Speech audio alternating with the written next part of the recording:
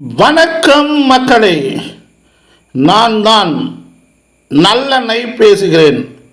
நல்லெண்ணெயா அப்படின்னா?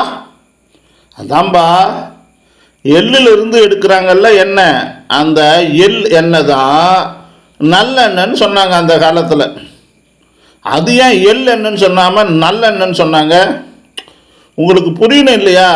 எண்ணெய்னா நல்ல எண்ணெய்னா இதுதான் நல்ல எண்ணெய். வெறும் எண்ணெய் இல்லை, அது நல்ல எண்ணெய். எள்ளெண்ணெய்ன்னு சொல்ல. வேர்க்கடலையிலேருந்து வந்தால் அது வேர்க்கடலை எண்ணெய், தேங்காயிலேருந்து வந்தால் அது தேங்காய் எண்ணெய், கடுகுலேருந்து வந்தால் அது கடுகு எண்ணெய், அப்புறம் பாதாம் முந்திரி இப்படிலாம் வந்தால் அதுக்கு அந்தந்த பேர் தான். ஆனால் எள்ளெண்ணெய்ன்னு ஏன் சொல்லலை, நல்ல எண்ணெய்ன்னு சொன்னாங்க?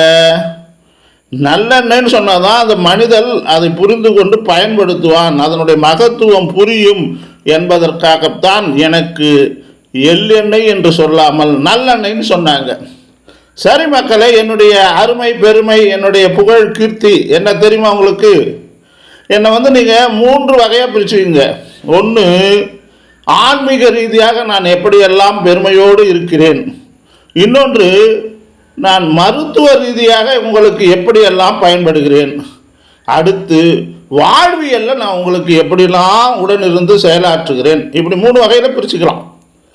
மக்களே, 11ஆம் நூற்றாண்டில் வாழ்ந்த சேக்கிழார் இருக்கிறார்ல, அந்த சேக்கிழார் பெரிய புராணம் எழுதினார் இல்லையா, அவர் கலிய நாயனார் அப்படின்ற ஒரு நாயனாரை என்னை பற்றி சொல்வதற்காகவே பயன்படுத்தியிருக்கிறார். மக்களே, அந்த கலிய நாயனார் யாரும் இல்லை, இந்த செக்கர் குலம் என்று சொல்லக்கூடிய செக்காடுகின்ற குலத்தில் பிறந்த கலிய நாயனார். அவர் என்ன பண்ணுவார்னா, இந்த எள்ளை போட்டு செக்குனா நம்ம கிரைண்டர் இப்போ இருக்கு இல்லையா, உங்கள் வீட்டிலலாம் கிரைண்டர் பார்த்துருக்குல்ல, அது மாதிரி அந்த காலத்தில் மரத்திலான கிரைண்டர்.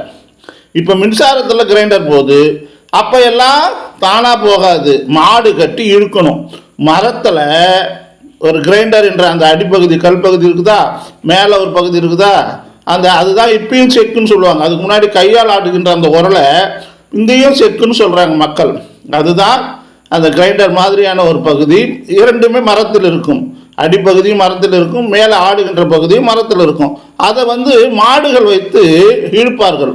அப்படி அந்த செக்கில் அந்த எல்லை இட்டு ஆடி எண்ணெய் எடுத்து அதை மக்களுக்கு பயன்படுத்துகின்ற குலத்தில் பிறந்த செக்காடுகின்ற குலம் என்றதுனால அவங்களுக்கு செக்கான்னு சொல்கிறாங்க. இப்போ அவங்களுக்கு வாணியர்னு சொல்கிறாங்க. அதனால தான் மக்களே, வைத்தியனுக்கு கொடுப்பதை விட வாணியனுக்கு கொடுங்கன்னு சொன்னாங்க. அந்த காலத்தில் இந்த பழமொழி இல்லாத வீடே இருக்காது, நாடே இருக்காது. என்னது?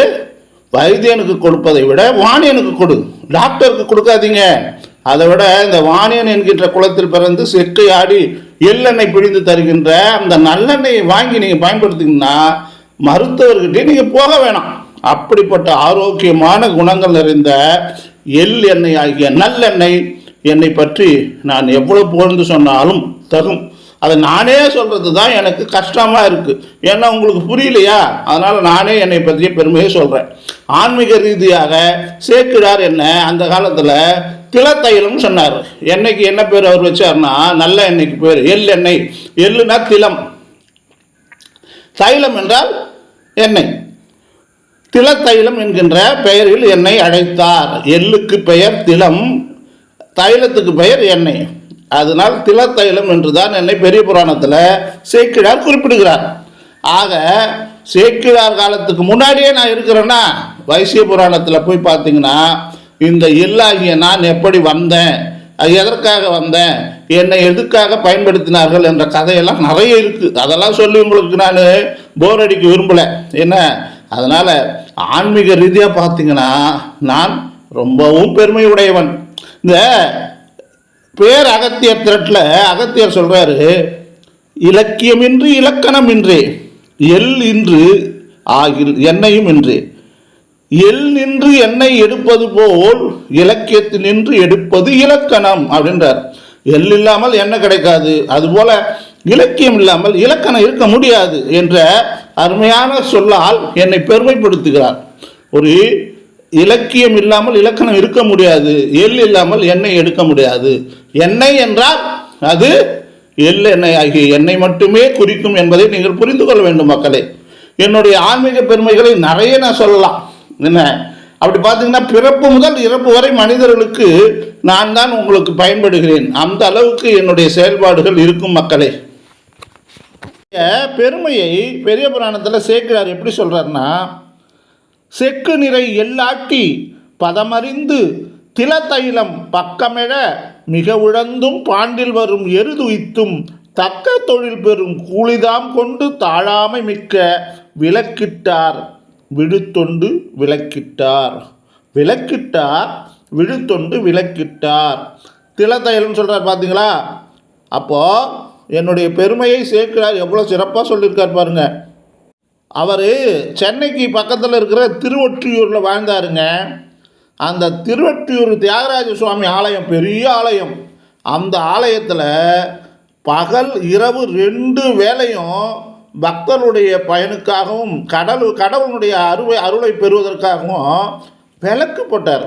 விளக்கிட்டார் விழுத்தொண்டு விளக்கிட்டார். தொண்டு செய்து விளங்கினார். எதுக்காக என்ன தொண்டு செஞ்சார்? விளக்கிட்டு அவர் தொண்டு விளக்கிட்ட தொண்டு செய்து மக்களிடையே விளங்கிட்டார். அப்போது இன்றைக்கி ஆலயத்தில் நீங்கள் போயிட்டு தீபம் ஏற்ற வேண்டுமென்றால் கண்டிப்பாக எள் எண்ணெயை பயன்படுத்தி தான் நீங்கள் தீபம் ஏற்ற வேண்டும் என்று சேக்கிழார் சொல்கிறார். ஏன்னா அதுதான் இறைவனுக்கு மிகவும் உகந்தது. இப்போ ஆன்மீக ரீதியாக நான் சொன்னது, இறைவனுடைய ஆலயத்தில் நாம் தீபம் ஏற்ற வேண்டுமென்றால் கண்டிப்பாக அது எள்ளெண்ணெயை தான் இருக்கும். காலத்தில் முக்கியமாக என்னை பயன்படுத்தியது எதற்காக தெரியுமா? ஒன்று விளக்குக்காக. அந்த காலத்தில் மின்சாரம் இல்லை. மின்சாரம் இல்லாத நேரத்தில் இந்த எள் எண்ணெயை வைத்துத்தான் தீபம் ஏற்றி கோவிலிலும் வழிபட்டார்கள், வீட்டிலும் எண்ணெய் ஏற்றிதான் ஒளியை பெற்றார்கள். எல்லாமே நான் தான். அப்போது சமையலுக்கும் நான் தான், ஆன்மீகத்திற்கும் நான் தான், உங்களுடைய இல்லத்திற்கு ஒளியை தர வேண்டும் என்றாலும் நான் தான் பயன்பட்டேன். அப்போது எள்ளெண்ணெய் மட்டும்தான் எல்லாவற்றுக்கும் முக்கிய மூலாதாரம். இப்போ எள்ளு நிறைய கிடைக்கலன்னு சொல்லிட்டு தான் அதுக்கப்புறமா அந்த இலுப்பை, கொட்டைமுத்து, வேப்ப கொட்டை, இப்படி பல்வேறு இயற்கையான எண்ணெய் வித்துக்கள் இருந்து அந்த எண்ணெயை பெற்று விளக்குக்கு மட்டும் பயன்படுத்தினார்கள்.